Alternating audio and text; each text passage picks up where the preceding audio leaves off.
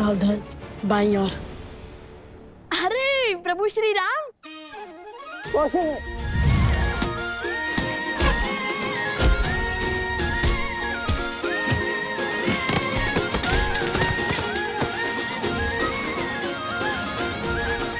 भागो भागो।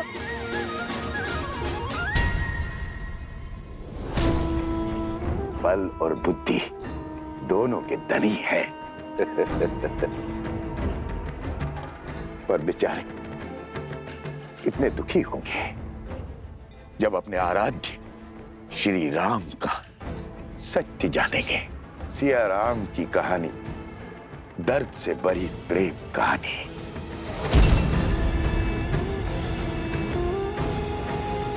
प्रेम कहानी। त्राहिमाम, त्राहिमाम। धन्य हो गया मैं महाराज जनक, जहां साक्षात भूमिजा माता अवृत थीं।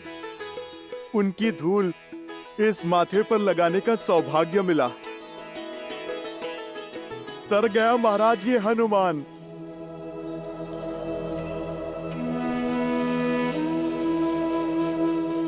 धन्यवाद तो मुझे आपका करना चाहिए। आपने दुख के भवन में डूबी मेरी सीता को तब संभाला था जब आस का हर दिया बुझने जा रहा था। वक्त से पुत्र बन गए आप उसके। ये तो प्रभु की लीला का फल है महाराज। इनकी भक्ति ने एक मरकट को महावीर और माता के प्रेम ने पुत्र बना दिया। मैंने सुना है अयोध्या में अश्वमेध यज्ञ का आयोजन होने जा रहा है। ये राज्य वृद्धि का उचित मार्ग है। उद्देश्य राज्य की नहीं, धर्म और मर्यादा की वृद्धि है महाराज। वो मर्यादा जो जीवन के हर क्षेत्र, हर पड़ाव में चाहिए, फिर चाहे वो बलिदान हो या भोग विलास। मर्यादा मनुष्य का अभिन्न अंग है, जीवन के संतुलन का आधार है। भविष्य के सुख के लिए आज संसार को धर्म और मर्यादा का पाठ पढ़ना होगा। जगत में जब तक धर्म और मर्यादा का प्रसार नहीं होगा, तब तक राक्षसी वृत्तियां बढ़ती रहेंगी। राक्षसों का बल मानव ही तो है। अश्वमेध यज्ञ से अयोध्या समस्त संसार में धर्म और मर्यादा का प्रसार करेगा, राक्षसी विचारधारा का अंत करेगा। महाराज की जय हो। कहो कुशध्वज। सैनिक। महाराज, 4 बालक ऋषि कुमार का भेष धरकर नगर में घूम रहे थे तो वो चोर ये आपका तुनीर चुराकर भाग रहे थे। आपका तुनीर तो मिल गया है, शीघ्र ही सैनिक उन्हें भी खोज लाएंगे। ये कैसा अनर्थ कर दिया तुमने कुशध्वज। बालक चोर नहीं है, वीर है वो। ये तुनीर मैंने स्वयं उन्हें अपने हाथों से दिया है।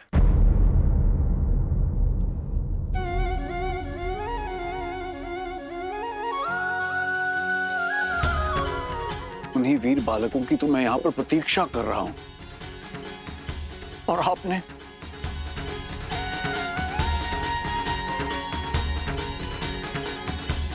अपने सैनिक लेकर जाइए और उन बालकों को खोजकर सम्मान पूर्वक मेरे पास लेकर आइए। जो आज्ञा महाराज।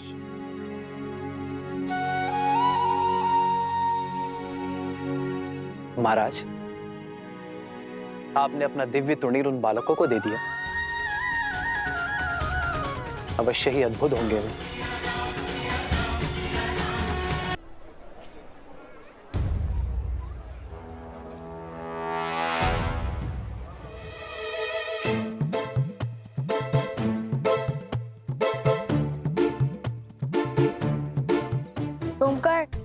सोमकर, हाँ? हमारे स्पर्धा जीतने तक इससे काम चलाओ।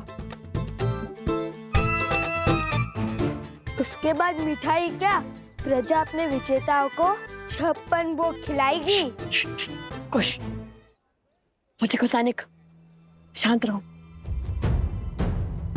वे हमारे बारे में ही बात कर रहे होंगे। खोजो उन बच्चों को और ले चलो महाराज के पास।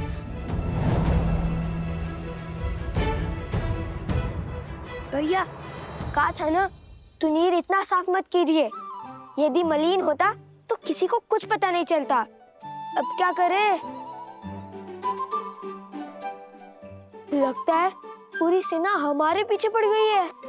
अब तक श्री राम से तो मिल ही लेते हम। अब ना स्पर्धा में भाग लिए बिना लौट सकते हैं, ना माता सीता श्री राम नाम के परिचय पत्र लिखवाए बिना।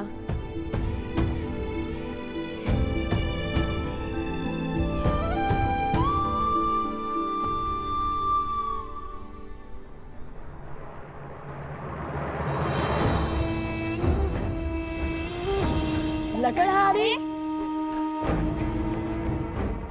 स्वर्ण है, हम वन में मिले थे। स्मरण है, स्मरण है। आपका बैल और आपकी बैलगाड़ी दोनों ही आश्रम की सेवा में हैं। धन्य हो भगवान, धन्य हो। इसका अर्थ है कि मेरा दान सिद्ध हो गया। जी हाँ। क्षमा करना, मैंने आप लोगों की वार्तालाप सुन ली थी। सैनिकों से बचने के लिए और स्पर्धा में भाग लेने के लिए अपना बेस बदल लो। ये तो उचित विचार है, किंतु हम वेश कैसे बदले? हमें तो कोई माया भी नहीं आती।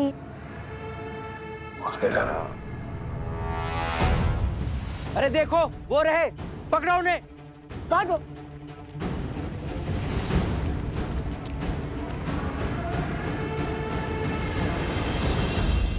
लवकुश बड़े ही मधुर नाम है और अद्भुत प्रतिभा के धनी जान पड़ते हैं ये बालक। आपके सैनिक तक उन्हें पकड़ नहीं पाए। केवल प्रतिभाशाली ही नहीं राम, उनके मुख पर दिव्यता के दर्शन किए हैं मैंने, और उस दिव्यता ने मेरा मन मोह लिया। कोई साधारण ऋषि कुमार नहीं है, बल्कि साधु और शासक का अनूठा संगम है। हर माता अपनी संतान को ऐसे संस्कार नहीं दे सकती, और वो भी तब जब सर पर पिता की छाया न, तब तो ये कार्य और भी अधिक कठिन हो जाता है। जानते हैं, जब मैंने उनसे उनके पिता का परिचय मांगा तो उन्होंने क्या उत्तर दिया? उन्होंने कहा कि उनकी माता ही उनके पिता हैं। बस ऐसे ही नाती की आशा में अपना जीवन और अपना शासन टिकाए बैठा। कहीं उनकी माता?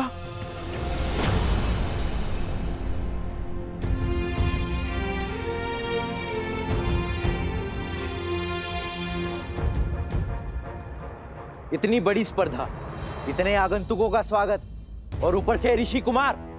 नगर के कोने कोने में फैल जाओ, शीघ्र उन्हें पकड़ के महाराज के समक्ष प्रस्तुत करना है, समझे? वो देखो, वो रहे, पकड़ो इन्हें।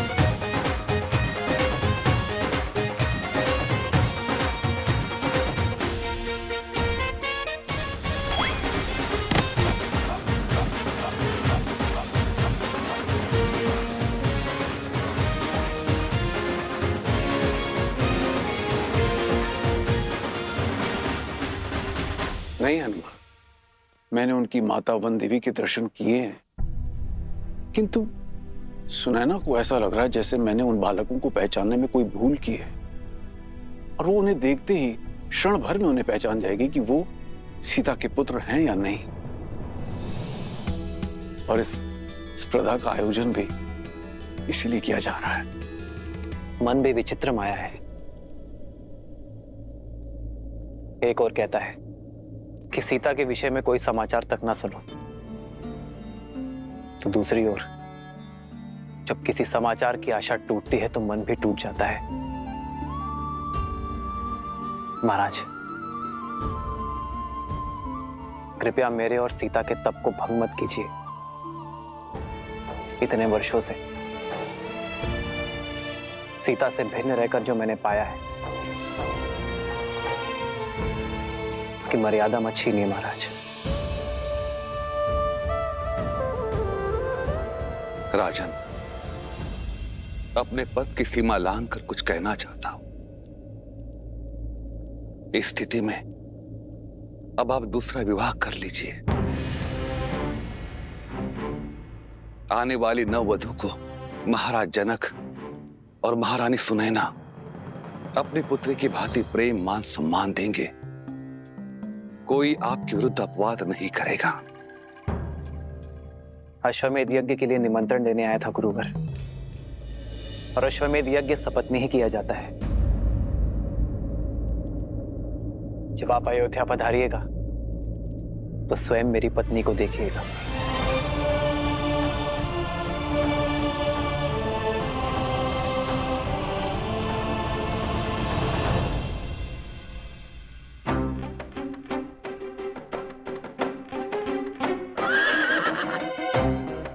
कोश, हमें स्पर्धा में जाना है और तुम अश्व से बातें कर रहे हो। नहीं नहीं, अनुमति ले रहा हूँ। कैसे अनुमति? इस पर सवार होकर सीधे स्पर्धा में जाने की। कौन है? कौन है वहां?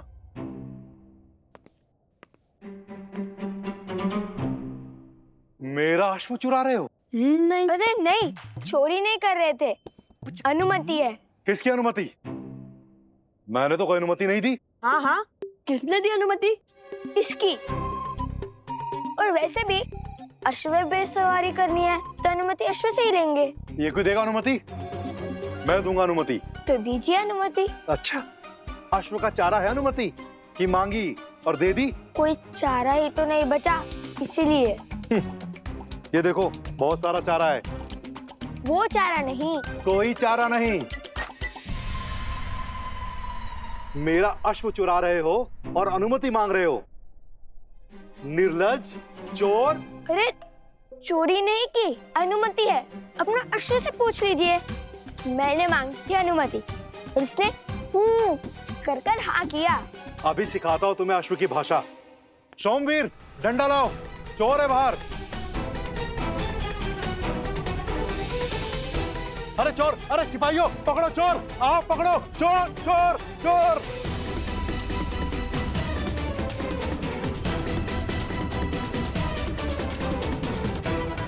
चोर, चोर, चोर, चोर, चोर, चोर।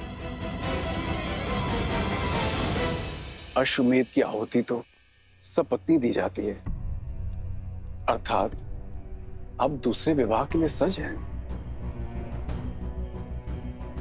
अद्भुत श्री राम, अद्भुत।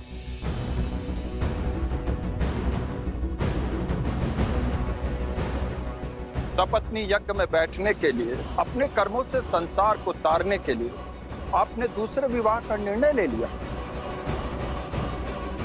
पर मैं आपका अपमान नहीं करना चाहता। मैं बस ये सूचित करने आया हूं कि स्पर्धा की तैयारी संपूर्ण हो चुकी है। कल से स्पर्धा प्रारंभ कर सकते हैं।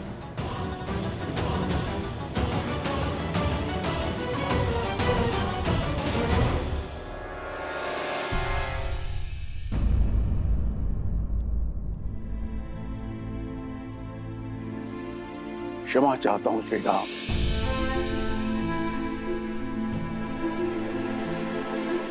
आप तो जानते ही हैं, छोटे भाई अपनी भावनाओं को नहीं संभाल पाते। आशा करता हूं कि आप इस अपमान को अपने मन से नहीं लगाएंगे। नहीं महाराज, मुझे उनके नेत्रों में, उनके शब्दों में अपमान नहीं, अपनी भतीजी की पीड़ा का दुख दिखा। उनका भाव समझता हूं मैं महाराज। मैं तो भाव विभोर हूं। ये देखकर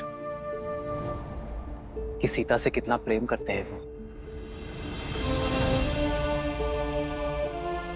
उन्होंने मेरा अपमान नहीं किया है महाराज, केवल अपनी मन की पीड़ा को व्यक्त किया है।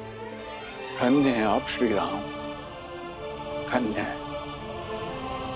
वर्षों बाद मिथिला पधारे हैं, हमें आतिथ्य का अवसर दीजिए। आपसे एक विनती है, धनुर्धरों की जो प्रतिस्पर्धा होने जा रही है उसे देखकर ही प्रस्थान करें। श्री राम जैसे धनुर्धर सामने देखकर तो उससे प्रतियोगियों का मनोबल बढ़ेगा। अवश्य महाराज, उन वीर बालकों को मैं देखना चाहूंगा जिन्हें आपने अपना दिव्य तुनीर दे दिया।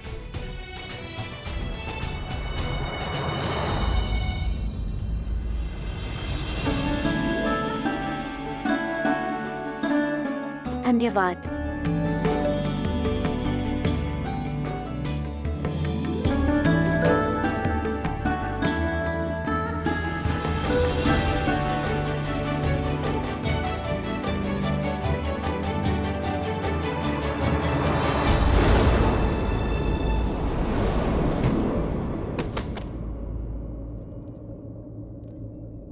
ये क्या? वरमाला के लिए फूल लिए थे, सारे बिखेर दिए।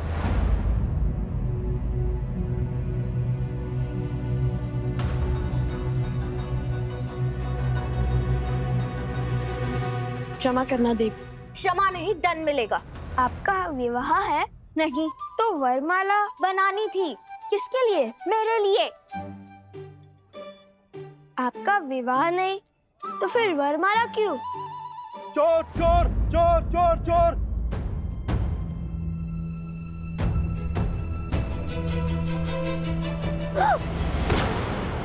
तुम चोर हो? तुम चोर हो? आपको हम चोर लगते हैं? जो जैसे दिखता है वैसा होता नहीं है। जैसे आप वधू नहीं हो और वरमाला आपकी है वैसे। देखिए, हमें जाने दीजिए, हमें कार्य संपन्न करना है और उसी उद्देश्य से तो हम मिथिला आए थे। और ये सैनिक तो भ्रमित है। हमें जाने दीजिए। एक शर्त पर। हम आपकी सारी शर्त मानते हैं, छोड़ दीजिए। ये मेरी वरमाला। देखिए, ये मेरा वचन है, संध्या तक आपके लिए वरमाला लाऊंगा और वर भी। छोड़ दीजिए। सुनो, कृपा कीजिए देवी। हम श्री राम के भक्त हैं, प्राण जाए पर वचन न जाए। अरे वो रहे चोर! अरे सिपाहियों पकड़ो! सैनिकों पकड़ो, भागे जा रहा है। बड़ी विचित्र बालक है, पर राम भक्त। तो ये चिंता है आपको, कहीं लवकुश का सामर्थ्य उन्हें उद्दंडी और अविचारी ना बना दे। हाँ ऋषिवर, जब व्यक्ति शक्तिशाली हो जाता है तो अनुचित पग पड़ने की संभावना होती ही है, और लवकुश के सर पर राज्य के साथ साथ धर्म का भार भी आने को है।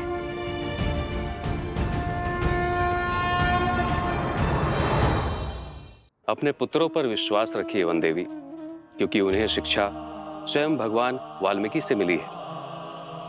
रही बात उद्दंडता की, तो ये आयु का दोष है जो धीरे धीरे गंभीरता में बदल जाएगी। गृहस्थ जीवन की गंभीरता धारण करने से पहले ये आवश्यक है कि मनुष्य थोड़ा विनोद और उद्दंडता का परिचय प्राप्त कर ले। विनोद का ये परिचय और अभ्यास ही कठिन से कठिन परिस्थिति में मन को स्वस्थ रखता है। और मुझे पूर्ण विश्वास है कि अयोध्या का भार संभालने का समय आने तक आपके पुत्र योग्य होंगे।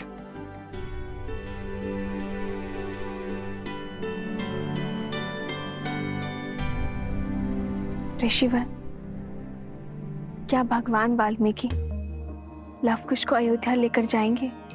यदि उन्हें स्वयं लवकुश को ले जाना होता और केवल राम परिवार को एक करना होता तो इतने वर्षों तक आपको वनवास का दंश क्यों भोगने देते?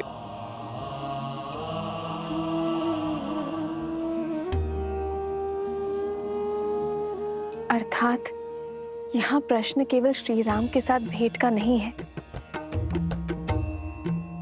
बल्कि समस्त अयोध्या के हृदय परिवर्तन का है।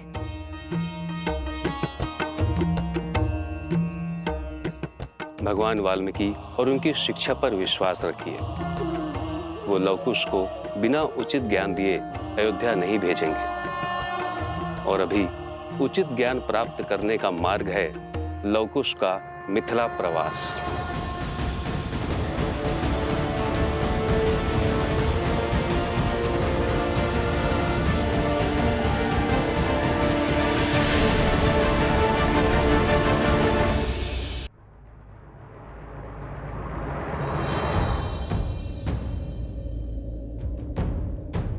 कुश, वरमाला भी ठीक थी। वर कहाँ से लाएंगे उन देवी के लिए? पता नहीं। फिर वचन क्यों दिया? करुण वचन नहीं देता तो माता को दिया वचन टूट जाता। मिथिला नरेश के समक्ष स्पर्धा से पहले ही चले जाते। अब क्या करें? कुश,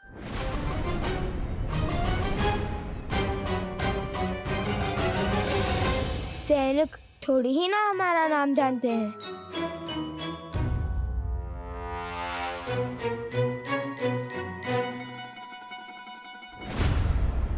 अच्छा, तो यहाँ छुपे बैठे हो?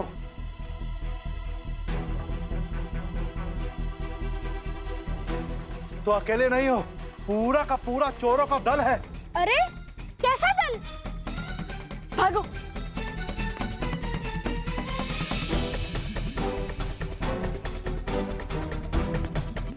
अरे महाशय, आप तो हमारे पीछे ही पड़ गए।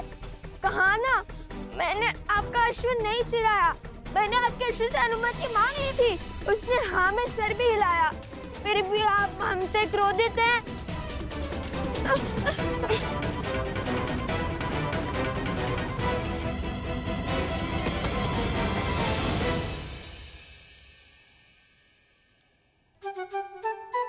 तुमने उचित नहीं किया कुश। किसी और की संपत्ति को बिना अनुमति के। भैया, अश्व का स्वामी भले ही व्यक्ति था, किंतु स्वयं अश्व भी तो स्वयं का स्वामी है। मैंने उससे पूछा था और उसने हाँ में सर भी हिलाया था। राजकुमारों को कब से अनुमति मांगनी पड़ी? क्या? अर्थात ऋषि कुमारों को।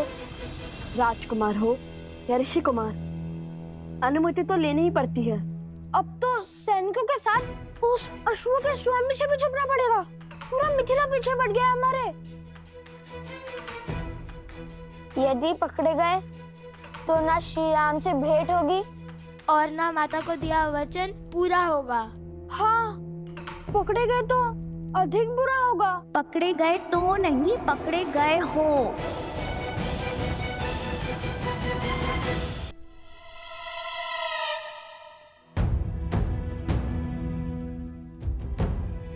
देवी, आप यहाँ कैसे? मिथिला वासी हूँ, चप्पा चप्पा के आते छिपने का।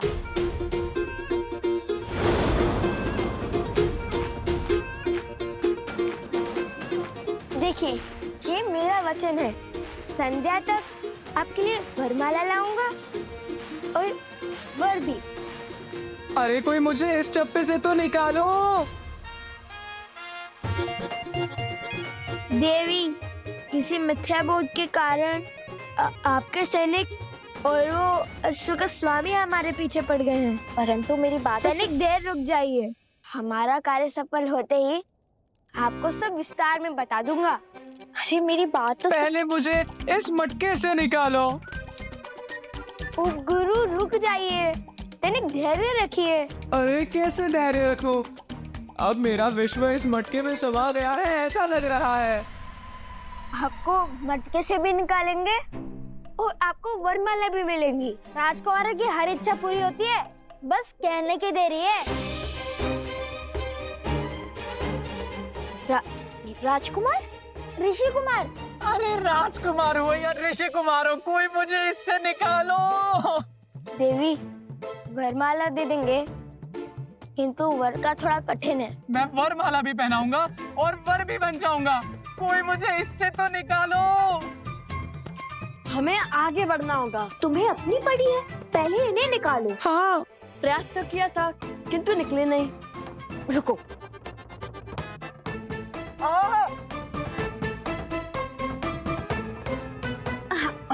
अच्छा बैठो बैठो।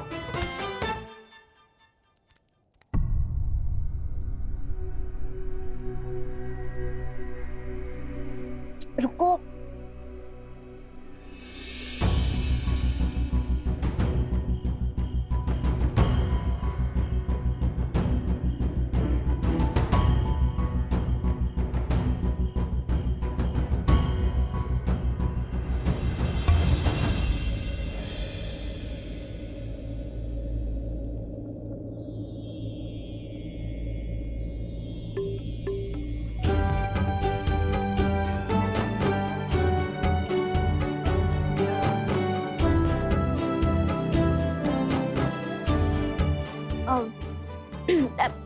ऐसे क्या देख रहे हो?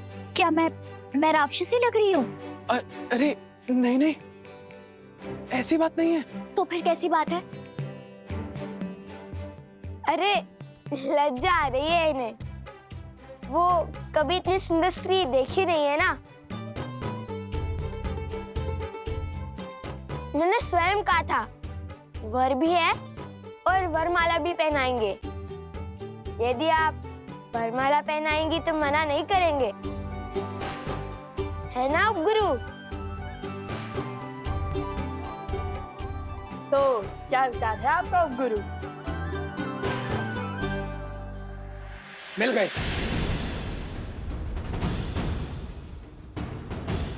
वर्णन जो दिया था उसके अनुसार यही वो चोर है। ले चलो इन्हें महाराज के पास।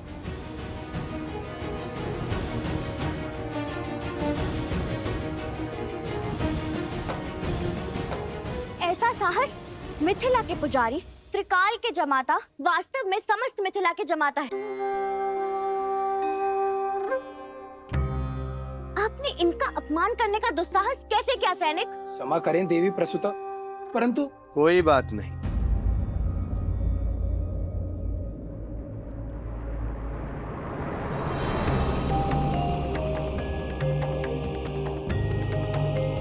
पिताश्री,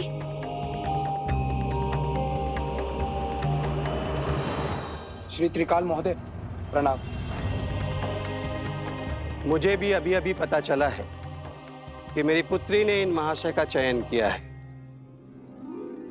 शीघ्र विवाह संपन्न होगा।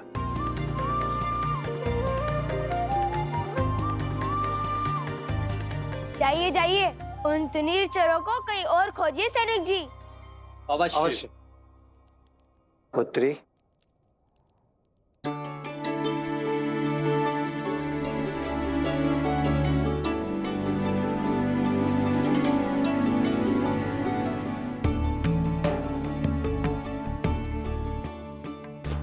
मैं अगस्त गोत्र का शिव उपासक त्रिकाल शरण शर्मा हूं और ये मेरी पुत्री प्रसूता है। आप हमारे आवास पर अतिथि होकर पधारिए महाशय और अपना परिचय दीजिए।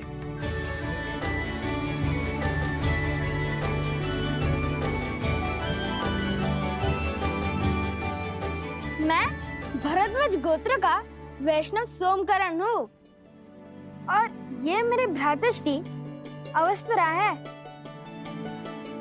मैं उनकी ओर से अपने विवाह का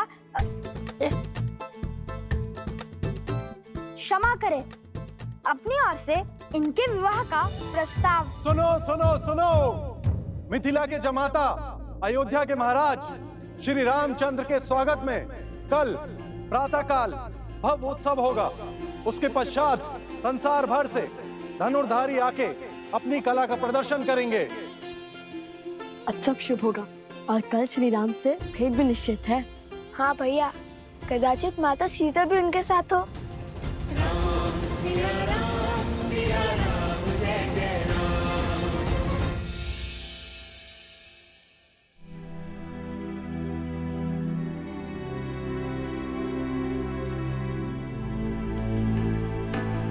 अवत्सरा भैया कहाँ गए? राजकुमार लव, राजकुमार कुछ भी नहीं है यहाँ।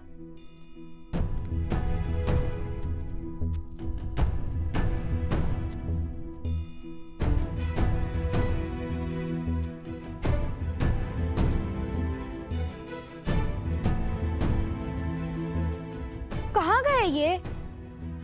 मुझे सताने में क्या आनंद आता है सबको? माता!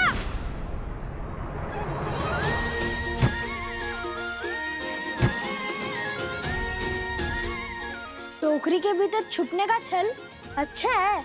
और मिथिला हमें तुनीर चोर समझती है, इसलिए तुम हमसे तनिक दूर ही रहना। वे नहीं जानते कि तुम हमारे साथ हो। हाँ, उपगुरु अवत्सरा वरमाला बनाने के पुष्प लेने गया है प्रसूता के साथ। तुम भी जाओ और विवाह की तैयारियां करो। हम स्पर्धा जीतकर अभी आते हैं। किंतु मुझे भी श्री राम से मिलना है। उनसे मिलने का अवसर मैं कैसे छोड़ दूं? जिसके भाग्य में जब उनके दर्शन होंगे वे तभी उसे मिलेंगे। हाँ, किंतु ठीक है, चलो, किंतु अपनी टोकरी की व्यवस्था स्वयं कर लेना।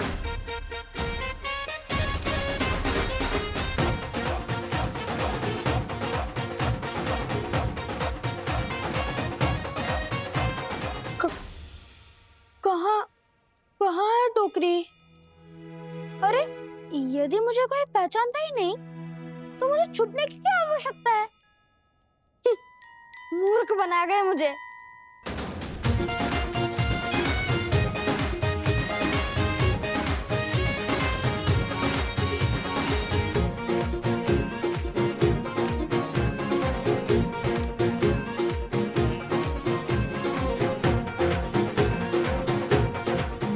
अरे चलो चलो, शीघ्र चलो, प्रतिस्पर्धा आरंभ होने वाली है। हाँ हाँ, चलो मित्रों, शीघ्रता करो नहीं तो विलंब हो जाएगा। चलो जल्दी चलो।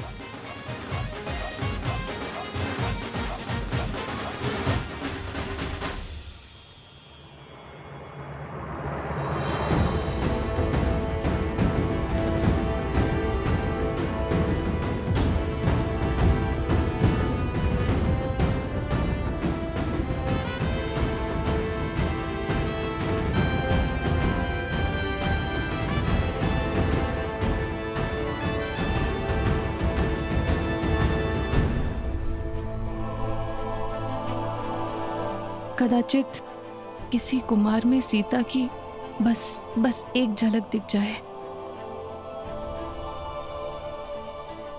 आज की धनुर्धार प्रतियोगिता में संसार भर से मिथिला पधारने के लिए आप सबका कोटि कोटि धन्यवाद। शीघ्र ही मिथिला नरेश की उपस्थिति में आप सबकी प्रतीक्षा का अंत होगा और स्पर्धा का आरंभ होगा। मिथिला नरेश महाराज जनक पधार रहे हैं।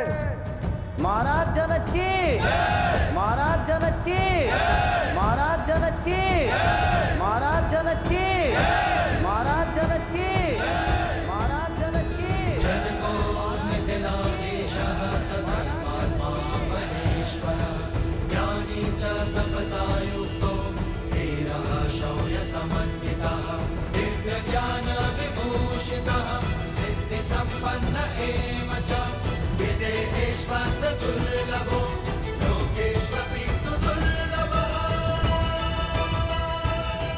और आज महाराज जनक के साथ ही मिथिला की पावन धरा पर मिथिला के जमाता, रावण के मर्दक कौशल नरेश, धर्मपरायण, मर्यादा पुरुषोत्तम श्री राम के पग पड़ रहे हैं। मर्यादा पुरुषोत्तम श्री राम की शयन।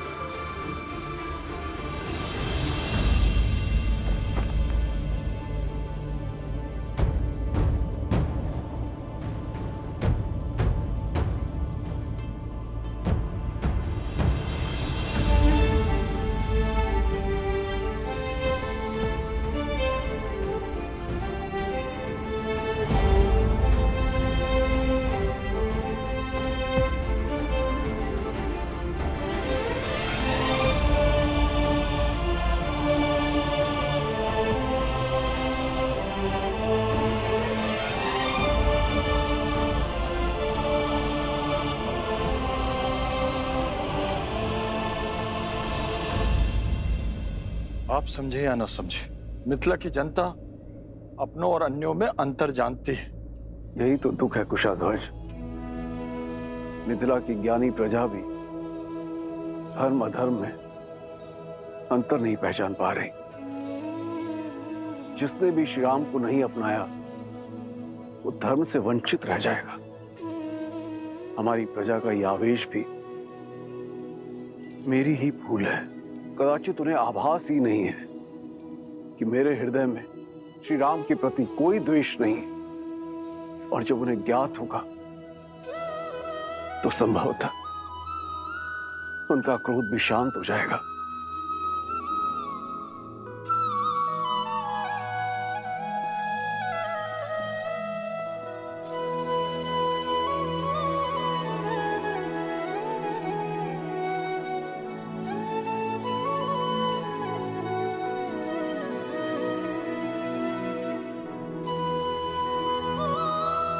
बोलो अयोध्या नरेश, मिथिला के जमाता सियावर रामचंद्र की।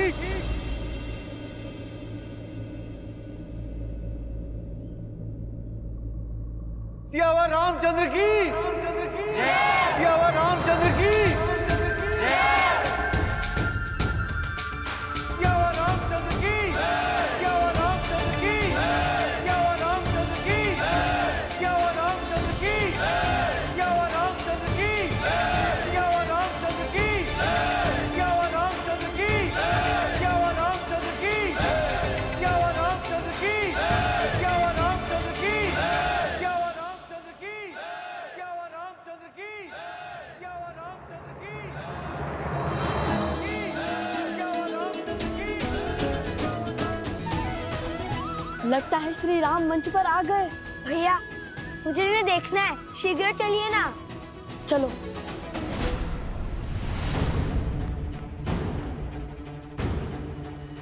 कैसे जाएं? मार्ग में बड़ी बाधाएं हैं। लगता है श्री राम को देखने की इच्छा पूरी नहीं होगी।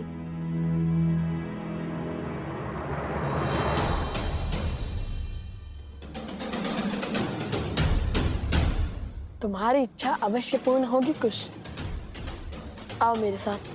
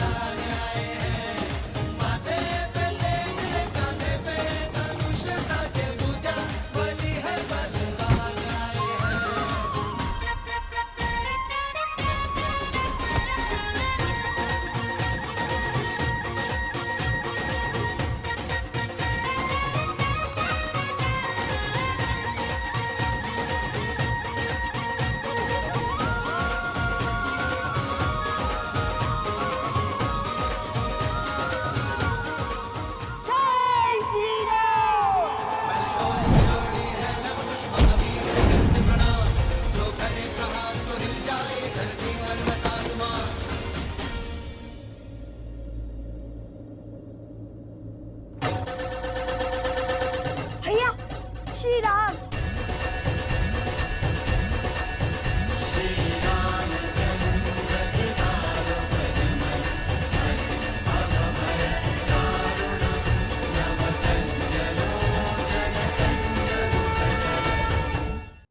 ध्वज के कारण श्री राम के दर्शन नहीं हो पा रहे हैं।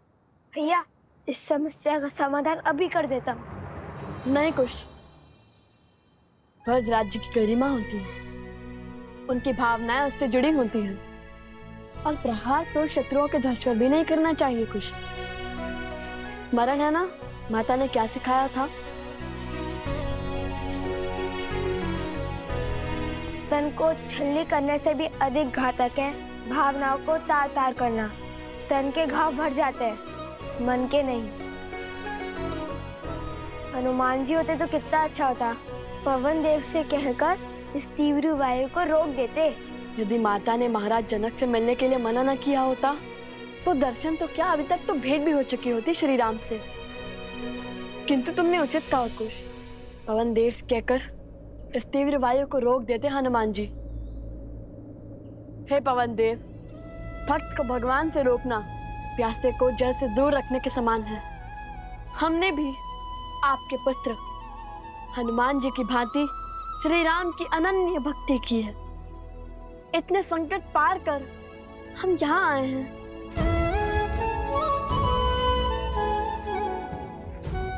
तो सहायता कीजिए ना। यदि हमारी भक्ति सच्ची है तो कृपया अपने वेग का थोड़ा कम करें और हमें केवल श्री राम के दर्शन का आनंद दे।